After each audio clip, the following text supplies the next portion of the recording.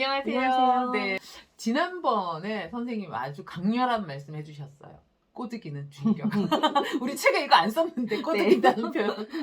언제 꼬드기죠? 예를 들어서 이제 숙제를 해야 되잖아요. 날마다 일상에서 날마다 반복적으로 부모님을 괴롭히는 게 전쟁이죠. 숙제, 전쟁. 그야말로 전쟁인 것 같아요. 음. 자, 그러면 우리 아이가 지금 지가 좋아하는 레고에 푹 빠져 있어요. 뭐 장난감으로 막 이렇게 막 역할놀이 하면서 막 놀고 있고요. 아니면은 이제 엄마가 유튜브 좀 봐도 된다고 해서 유튜브 같은 거를 또 보고 있으면은 이때 지금 우리가 꼬드겨서 아이를 숙제로 데리고 와야죠. 데리고 와야죠. 그렇죠. 자, 근데 퀴즈 들어갑니다. 음. 이때 아이가 좋아하는 거에 푹 빠져 있는 아이의 마음을 꼬드겨서 이렇게 해야 되는 걸로 데리고 오는 거를 무슨 주의력이라고 할까요? 지읒 티읒? 네. 지읒 티읒? 아, 지읒, 히읗, 네. 초성 퀴즈. 지읒, 티읒. 네. 자, 주의력에는요, 우리가 좀 세분해서 주의력의 종류가 있습니다. 근데 이 종류를 모른 채 우리 부모님들이, 자, 보세요. 레고블록 하는 아이한테 숙제를 해야 된다고 설명을 하실 때, 너 왜 또 숙제 안 하려고 그래? 숙제 뭐 금방 하면 끝나면 되는데, 끝나고 나서 놀면 되잖아.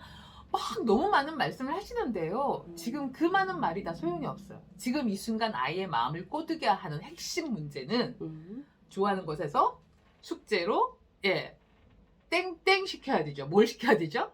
주의를 전환? 네. 전환주의력입니다. 네. 그래야지 전환시켜야지 그 다음에 이제 이걸 어떻게 하나 하고 생각하기 시작하잖아요. 그래서 자, 꼬드기는 주의력에서 첫 번째 부모님이 꼭 아셔야 될 거는 전환주의력이에요. 네, 하던 거에서 해야 하는 것으로 주의를 전환시키는 거죠. 그렇죠. 네. 자, 그럼 전환시키고 나면 그 다음에 우리 뭘 해야 되죠? 전환은 시켰는데 네. 아이가 책상에 와서는 앉았어요. 네, 앉았죠. 그런데 자, 책을 안 보네요. 수학 문제, 영어 단어 외우기 지금 과제는 짠짠짠 밀려 있는데 책을 안 본다. 그럼 그때는 멍 때리고 있네요. 이렇게. 네, 멍 때리고 있다. 자, 요렇게 앉기는 앉았어.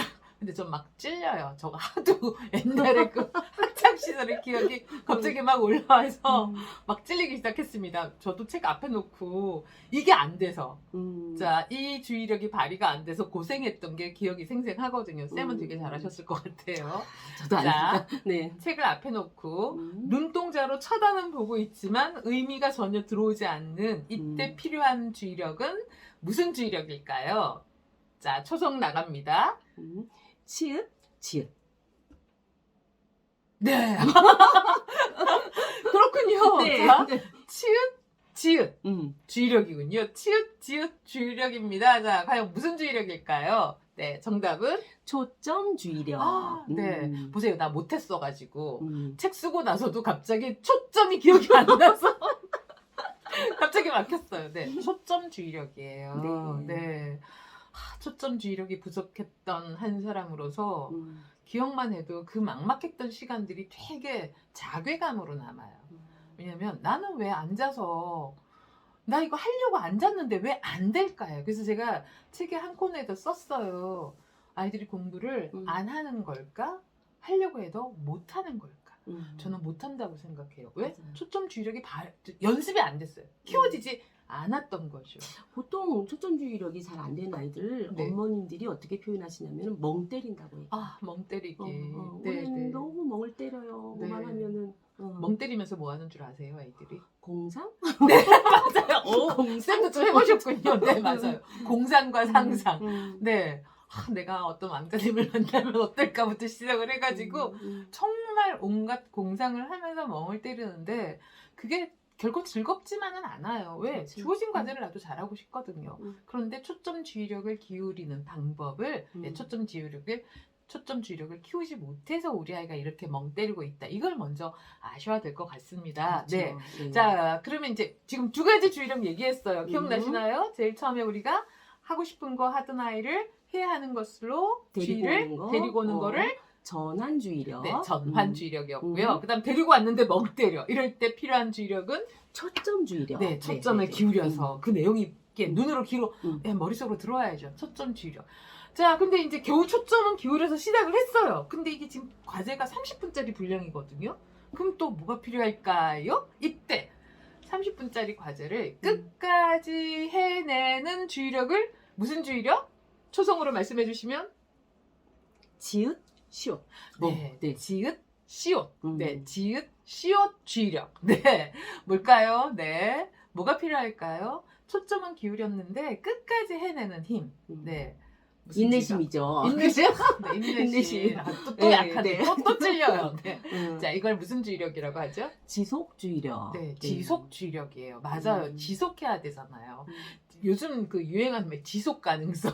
그쵸? 시작은 하는 거는 누구나 할 수 있지만 이걸 지속하는 거가 또 안 되면은 그냥 용두삼이라고 하나요? 엉망이 그쵸. 되어버리잖아요. 우리 아이가 끝까지 지속하는 힘, 이 음. 지속 주의력도 우리가 알아야죠. 음. 그쵸? 그러니까 자 시작은 했어요. 그러면 우리가 지속 주의력이 부족한 아이한테는 야, 너 이렇게 집중을 정말 잘해서 시작을 잘하는구나. 근데 하다 보면은 자꾸 딴 생각이 나거나 할 수 있어. 이럴 때는 어떻게 하면 좋을까? 이런 식으로 지속주의력을 도와주는 뭔가 이야기, 대화를 할 줄 아셔야 그렇죠. 되는 거죠. 네, 네. 자, 요런 거에 대한 자세한 사례들은 우리가 다음 회기에 바로 얘기할 거니까요. 네. 자, 세 번째 주의력까지 얘기했어요. 한번 네. 잠깐 복습한다면 선생님 네 번째 주의력을 안 하나요? 네, 복습하고 나서 복습하고 까먹으니까 작업 기억력이 좀 약해서 네, 저는 이게 중요한 것 같아요. 왜냐면 아이들하고 상담하다 보면요. 네 가지를 다 얘기를 했거든요. 애가 처음 걸 기억을 못 하더라고요. 그래서 저는 중간중간 회상하는 게 이제 좀 아이들이랑 하면서 습관이 돼가지고 지금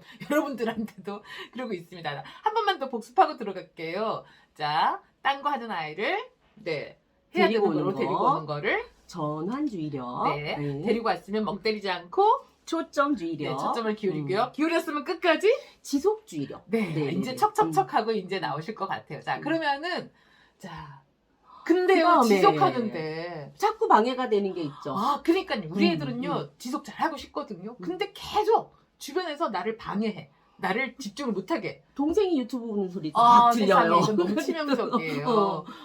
띵동, 어머 택배 왔나 봐. 그치. 그쵸. 이러면은 나는 끝까지 하려고 했는데 도저히 끝까지 해낼 수가 없어요. 자, 바로 이때 필요한 주의력은 시옷, 티읕.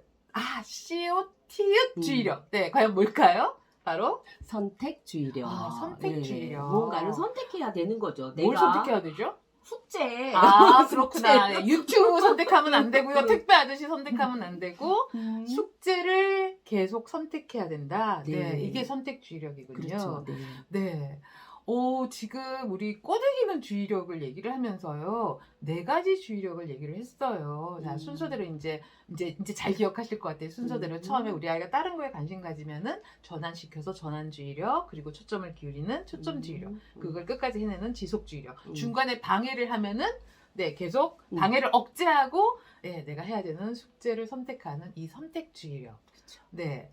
자, 우리가 이 네 가지를 꼭 알아야 되는 이유가 뭘까요? 부모님이 아셔야 될 게 사실은 너무 더 복잡해지는 것 같아요. 어렵다고 느껴지시겠지만 사실은 아이의 행동의 핵심 원인이 되는 부분이기도 하기 때문에 알고 나면요. 그 다음은 그렇죠. 그렇죠. 수월해지죠. 사실 이게 용어가 네. 일상적으로 우리가 접하는 용어가 아니라서 좀 힘들게 느껴질 수 있는데 거의 부모님들 대부분이 이 용어에 대한 설명을 드리면 항상 알고 계시고 항상 맞아요. 발견하는 그게 지점이에요. 그거군요. 그게 그거군요. 저는 특히 전환주의력은요. 유아기 부모님이 어린애가 앉아가지고 꼬물꼬물 대는데 옆에서 아무리 불러도 대답을 안 해서 청각에 문제가 있는 줄 알고 이비인후과 가서 검사 받으셨다는 분들도 꽤 많이 만났거든요. 그쵸. 그러니까 우리가 몰라서 이 아이를 괜히 다른 문제가 있는 게 아닌가라고 걱정하시기 때문에 정확하게 알면은요 훨씬 더 이거를 도와주기가 수월해지는 거죠. 자, 근데 사실은 저희가 책에서 주의력이 4가지가 아니라 5가지를 설명하고 있어요. 그 한 가지를 간단하게만 설명한다면은 분할주의력. 네, 분할주의력은 뭘까요? 분할은 쪼개는 거니까. 그쵸, 이렇게 쪼개죠. 뭘 쪼개요? 나누니까. 네. 내가 주의를 기울이는데 사실은 한 가지에만 주의를 기울이는 세상이면 참 좋죠. 그런데 좀 지나면 여러 가지를 동시에 집중을 해야 되는 그런 상황들이 참 많아요. 뭐 아주 쉬운 예로 선생님을 보면서 필기하는 거. 그렇죠. 네, 맞아요. 들으면서 뭐 이렇게 필기하는 거. 이런 것들이 전부 어떤 여러 가지 감각들을 같이 동원해서 쓰고 손도 같이 쓰고 이렇게 해야 돼서 이건 분할주의력이라고 이야기를 해요. 그런데 애기들은 좀 어려워요. 그쵸. 네. 실제로 분할 주의력은 우리 주의력 검사에서도 만 9세 이상 그렇죠. 에게 검사를 하거든요. 초등학교 그래서 중학년 그쵸, 이상은 중학년 돼야. 이상은 돼야죠. 그래서 지금 유아기나 초등 저학년 때까지는요, 이 네 가지 주의력이 어떻게 하면 잘 발달할 수 있을까에 훨씬 더 관심을 가지시면 되고요. 지금도 아이들이 왜 엄마 나 TV 보면서 숙제할게 이런 거 가능할까요? 잘 가능하지 않죠? 실제로 가능하지 않아요. 않거든요. 그래서 아이가 숙제 보면서 TV 보면서 숙제할게 할 때요. 언뜻 봤더니 한 번 허락해줬더니 애가 그냥 숙제를 그런 대로 해냈어. 그런다고 은근슬쩍 아 그래 알았어 너 그 대신 제대로 해야 돼 이런 말로 넘어가시면 안 돼요. 전 실제로 그런 분들 만났거든요. 그래서 그거는 이 네 가지 주의력이 아주 탄탄하게 자리를 잘 잡게 되면은요. 우리 지난번에도 자동화라는 말을 했는데 두 가지 중에 하나는 좀 자동화가 되면은 훨씬 더 잘 분할 주의력을 발휘할 수 있지 않을까 싶어요. 그거는 그렇죠. 좀 우리가 나중에 네. 나중에 좀 더 자세히 설명드리도록 하겠습니다. 자, 오늘은 네 가지 주의력에 대한 이야기를 좀 들려드렸는데요. 자, 이제 이거를 구체적으로 아셔야 되고요. 어떻게 부분을 도와줘야 될지는 네, 다음 시간에 네, 이야기 나누도록 하겠습니다. 네, 감사합니다.